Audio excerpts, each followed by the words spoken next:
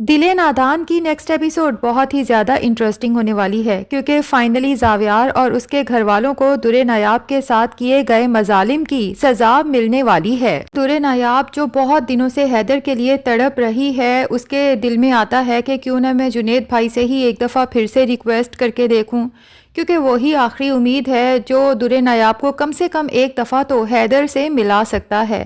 لیکن جب وہ جنید سے بات کرتی ہے تو پتہ چلتا ہے کہ جنید بھی اپنا گھر ہمیشہ کے لیے چھوڑ چکا ہے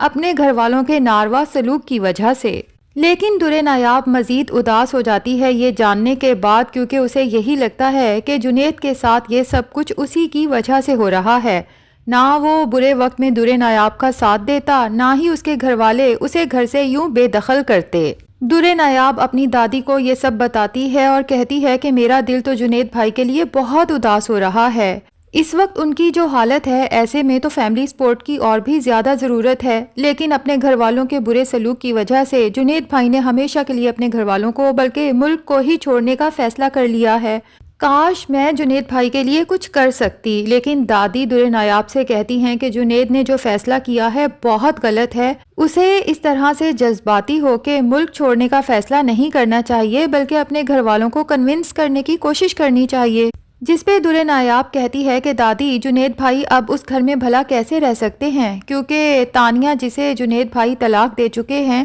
وہ ابھی تک اسی گھر میں موجود ہے۔ دوسری طرف زاویار کے پیرنٹس اسے شادی کے لیے فورس کرنے لگتے ہیں، جس پہ زاویار صاف کہہ دیتا ہے کہ میں کسی صورت بھی در نایاب کو طلاق نہیں دے سکتا، کیونکہ میرے لیے یہ ناقابل برداشت ہے کہ میں در نایاب کو طلاق دوں، ادھر وہ جنید کے ساتھ شادی کر لے۔ جس پہ زاویار کی ماں کہتی ہے کہ تمہیں در نایاب کو طلاق دینے کا کہہ بھی کون رہا ہے، تم اسے طلاق بھلے نہ دو لیکن تم دوسری شادی تو کر سکتے ہو، کیونکہ ہم سے تمہارا اکیلا پن نہیں دیکھا جاتا، ہم تمہارا گھر بسانے کا سوچ رہے ہیں، اور حیدر کو بھی تو ایک ماں کی ضرورت ہے۔ جس پہ غضنفر صاحب بھی بول پڑتے ہیں کہ میں نے بھی یہ فیصلہ تانیہ کو حیدر کے ساتھ دیکھ کر ہی کیا ہے، جس محبت سے وہ حیدر کو اٹھاتی ہے، اس کی کیئر کرتی ہے،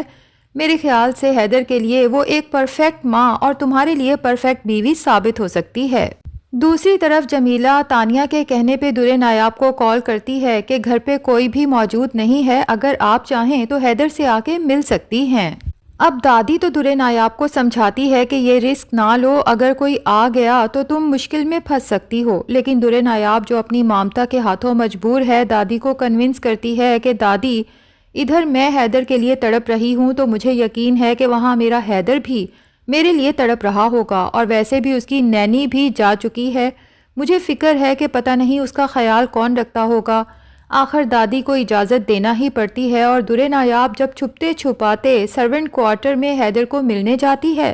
تو یہ دیکھ کر بہت پریشان، بہت بےتاب ہو جاتی ہے کہ اس کا بیٹا حیدر بخار سے تپ رہا ہے اور رو رو کے اس نے اپنا برا حال کر رکھا ہے۔ اب جمیلہ بھی در نایاب کو مزید اکسانے کے لیے کہے گی کہ حیدر کو تو سب گھر والوں نے بالکل ہی اگنور کر رکھا ہے، اسے بھی میرے ذمہ ڈال دیا ہے، اور گھر کے سارے کام بھی میرے ذمہ ہیں، اس لیے میں حیدر بابا کا ٹھیک سے خیال ہی نہیں رکھ پاتی۔ اور ساتھ ہی جمیلہ در نایاب کو تانیہ اور زاویار کی شادی کی خبر بھی دے دیتی ہے، اور یہ بھی بتاتی ہے کہ غضنفر صاحب نے تو تانیہ میڈم اور زاویار صاحب کی شادی کا فیصلہ اس لیے کیا ہے کہ بظاہر تانیہ یہی شو کراتی ہے جیسے وہ حیدر کا بہت خیال رکھتی ہے، حالانکہ تانیہ میڈم کو تو حیدر کا بالکل بھی خیال نہیں، وہ تو اس کے رونے کی آواز سے بھی چڑتی ہیں۔ جب گھر پہ کوئی بھی موجود نہیں ہوتا تو مجھے آرڈر دیتی ہیں کہ اسے میری نظروں سے دور لے جاؤ، پھر یہ بیچارہ سارا دن یہاں سرونٹ کوارٹر میں اکیلا روتا رہتا ہے، اور جب سب گھر والوں کے آنے کا ٹائم ہوتا ہے تو تانیہ میڈم یہ شو کرانے کے لیے جیسے انہیں حیدر کی بہت پرواہ ہے اور سارا دن انہوں نے حیدر کا بہت خیال رکھا ہے،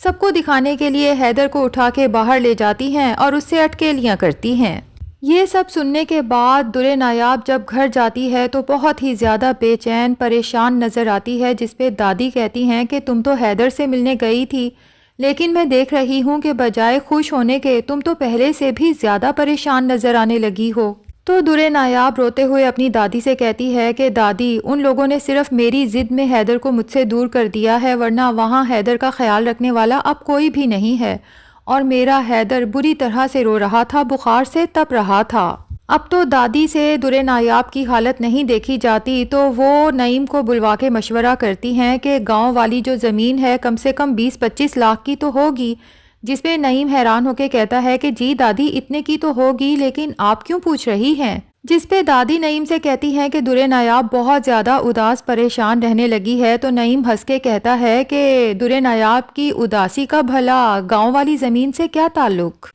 جس پہ دادی نعیم سے کہتی ہیں کہ میں چاہتی ہوں وہ زمین بیچ کے تم در نایاب کے لیے خلا کا اور بیٹے کی کسٹڈی کا کیس دائر کرو۔ یہ سن کے تو نعیم خاصا پریشان ہو جاتا ہے کہ اب وہ گاؤں کی زمین ہی تو بچی ہے، وہ بھی دادی اس در نایاب پہ لگانا چاہتی ہیں، کیونکہ پہلے بھی دادی نے اپنی تمام جمع پونجی اسی در نایاب پہ لگا دی تھی، جس کے تانے نعیم اپنی بیوی سے آج تک سن رہا ہے کہ آپ کی دادی کی خدمت تو ساری زندگی میں نے کی، لیکن انہیں نظر صرف اپنی در نایاب ہی آتی ہے۔ اب اگر نعیم گاؤں والی زمین بیچ کے بھی در نایاب کے کیس پہ لگا دیتا ہے تو نگہت تو نعیم کا جینا حرام کر دے گی، اسی لیے نعیم دادی کو سمجھانے کی کوشش کرتا ہے کہ دادی آپ کے اور بچے بھی تو ہیں، پہلے بھی آپ در نایاب پر اپنا سب کچھ لٹا چکی ہیں، اب صرف گاؤں والی زمین ہی تو بچی ہے،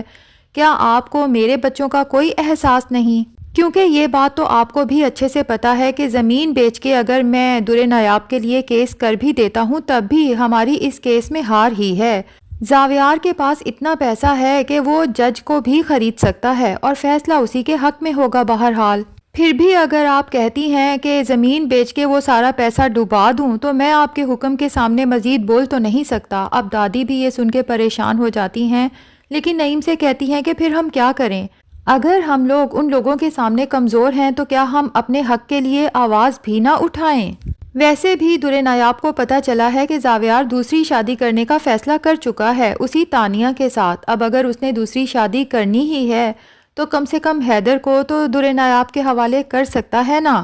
دوسری طرف در نایاب جب جنید کو کال کر کے زاویار اور تانیہ کی شادی کی خبر سناتی ہے تو جنید بالکل بھی شوق میں نہیں جاتا، کیونکہ اسے پہلے سے ہی اندازہ تھا کہ تانیہ کی کیا انٹینشنز ہیں۔ دراصل وہ تو کبھی بھی جنید سے شادی کرنے کی خواہش مند تھی ہی نہیں، وہ تو ہمیشہ سے ہی زاویار سے شادی کرنا چاہتی تھی۔ جنید کو تو اس نے محض ایک مہرہ بنایا تھا زاویار تک پہنچنے کے لیے۔ جنید در نایاب کو بھی سمجھاتا ہے کہ آپ کو ان لوگوں کے لیے اتنا پریشان ہونے کی ضرورت نہیں ہے، اور جہاں تک میری بات ہے تو میرے لیے تو وہ لوگ پہلے ہی پرائے ہو چکے ہیں، مجھے کوئی فرق نہیں پڑتا کہ وہ لوگ اپنی زندگی میں اب کیا کر رہے ہیں۔ ویسے بھی زاویار بھائی کے لیے تو اس سے بڑی سزا کوئی ہو ہی نہیں سکتی کہ وہ آپ جیسی لڑکی کو چھوڑ کے اس تانیہ جیسی لڑکی کو اپنا جیون ساتھی بنانا چاہتا ہے۔ آپ دیکھ لیجئے گا کہ تانیہ کی اصلیت بہت جلد ان لوگوں پہ خود ہی کھل جائے گی، اور جو الزامات تانیہ نے آپ پہ اور میرے اوپر لگائے تھے ان سب کی حقیقت بھی سب گھر والوں کے سامنے بہت جلد آ جائے گی۔ دوسری طرف زاویار جب اپنے آفس میں موجود ہوتا ہے تو اسے ایک نوٹس موصول ہوتا ہے، اور جیسے ہی وہ نوٹس اوپن کرتا ہے تو بس اس کے تو اوسان خطا ہو جاتے ہیں، کیونکہ عدالت کی طرف سے انہیں نوٹس ملتا ہے کہ ان کی کمپنی بینکرپٹ ہونے والی ہے۔ زاویار سوچتا ہے کہ یہ سب میری زندگی میں کیا ہو رہا ہے، پہلے ہی میری لائف میں میرے گھر میں اتنی ٹینشنز اتنی پرابلمز چل رہی ہیں، اور اب بزنس میں اتنا بڑا لاس۔ وہ یہ خبر بھلا اپنے پیرنٹس کو کیسے بتا پائے گا، جبکہ اس کے فادر تو ویسے بھی ہارٹ پیشنٹ ہیں۔ لیکن ظاہر ہے کہ زاویار کو یہ بات بہرحال کسی نہ کسی طرح سے گھر والوں تک تو پہنچانی ہے۔ جب یہ بات وہ اپنے پیرنٹس کو بتاتا ہے تو وہ بھی کافی پریشان ہو جاتے ہیں، اور اس لاس کو پورا کرنے کے لیے وہ اپنے گھر کو گروی رکھنے کا فیصلہ کر لیتے ہیں۔ لیکن اتنا کچھ کرنے کے باوجود بھی وہ اس لاس کو پورا نہیں کر پائیں گے، جس کے بعد نہ صرف ان کی کمپنی کا دیوالیہ نکل جائے گا بلکہ ان کے گھر کی بھی نیلامی ہو جائے گی۔ اب دیکھنا یہ ہے کہ اتنے بڑے لاس کے بعد کیا تانیہ پھر بھی زاویار سے شادی کرنے کی خواہش مند ہے، اور کیا ان لوگوں کو یہ عقل آئے گی کہ یہ سب کسی مظلوم کے دل سے نکلی ہوئی آہیں بد دعائیں بھی ہو سکتی ہیں۔